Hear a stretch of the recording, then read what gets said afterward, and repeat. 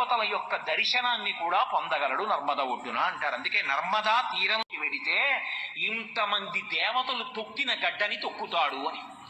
ఆ తొక్కడానికి ఒక ప్రాధాన్యత ఉంటుంది. మళ్ళీ ఎప్పుడైనా పిల్లలకి ఏమైనా గండాలు పొడసూపి ఉన్నాయనుకోండి, దేని చేత పోతుంది అంటే మహాత్ములు తొక్కిన గడ్డని తొక్కితే పోతుంది.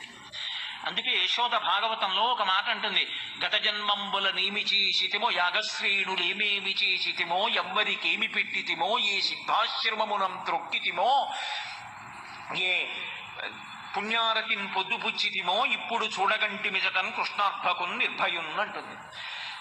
దేవతలందరూ కూడా తిరుగుతుంటారట, ఒక్క దేవతలు కాదు. అలక్ష లక్ష కిన్న రామ రాసురాది పూజితం అంటారు శంకరాచార్యుల వారు. ఎంతమంది అంటే లక్షలకి లక్షలు కిన్నరులతో సహా. కిన్నరులు అంటే వాళ్ళు ఆ కిన్నరులు కింపురుషులు అని ఇద్దరు ఉంటారు. గుర్రం ముఖం కలిగి మనుష్య శరీరాన్ని పొంది ఉంటారు. ఆ కిన్నరులు తిరుగుతూ ఉంటారట. వాళ్ళు కొంచెం ఉగ్ర రూపాలతో తిరుగుతారు అని శాస్త్రవాక్కు. అటువంటి కిన్నరులతో మొదలుపెట్టి అలక్ష లక్ష కిన్న రామ రాసురాది పూజితం, దేవతలు రాక్షసులు అందరూ కూడా వచ్చి ఎక్కడ పూజ చేస్తారు అంటే నర్మదా నది ఒడ్డున చేస్తూ ఉంటారు. నర్మదా నది సాక్షాత్ పరబ్రహ్మస్వరూపం. రాక్షసులు ఎవరి పిల్లలండి, పిశాచాలు ఎవరి పిల్లలండి అన్నారనుకోండి, అవి మాత్రం దేవుళ్ళ పిల్లలు కారండి అందరూ. అవి కూడా ఈశ్వరుడి పిల్లలే. లోకంలో ఆయనే తండ్రి. నాకు 10 మంది కొడుకులు ఉన్నారనుకోండి, 90 ఐఏఎస్లు ఐపీఎస్లు ఐఎఫ్ఎస్లు ఐఆర్ఎస్లు ఎండీలు ఇంజనీర్లు అయ్యి ఒకటి జేబు దొంగ అయితే వాడు నా కొడుకు కాదనడానికి వీల్లేదు, వాడు నా కొడుకే. అలా పిశాచాలు ఉగ్రభూతాలు కూడా ఎవరి పిల్లలు అంటే పరమేశ్వరుడి యొక్క పిల్లలే. సృష్టిలో భయం ఎక్కడి నుంచి వస్తుంది అంటే భగవంతుడిలోంచే వస్తుంది. భయం ఎవరి వల్ల పోతుంది అంటే భగవంతుడి వల్లే పోతుంది. భయనాశన. అటువంటి పరమేశ్వరుడు ఎవరున్నాడో ఆయనకి తుల్యంగా నిలబడగలిగిన నది ఏది అంటే నర్మదా నది.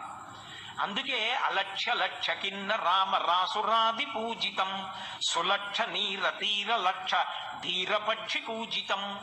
అసలుట నర్మదా నది ఒడ్డున ఉండేటటువంటి చెట్లు కొన్ని వేల సంవత్సరాల నుంచి పెరిగినటువంటి చెట్లు ఉంటాయి. ఇప్పటికీ ఇవి ఏదో అసంబద్ధమైన వాక్యములు అని మీరు అనుకోకండి. నేను మొన్న నైమిషారణ్యం వెళ్ళాం. 10 కోట్లు ఉన్నాయని చెప్పింది శాస్త్రం. 10 కోట్ల తీర్థములు ఆవహించి ఉంటాయి. ఎందుకనంటే నర్మదని సేవించుకోవడానికి వచ్చే తీర్థాలు. అంతమంది మహాపురుషులు నర్మదా నదిని సేవించారు.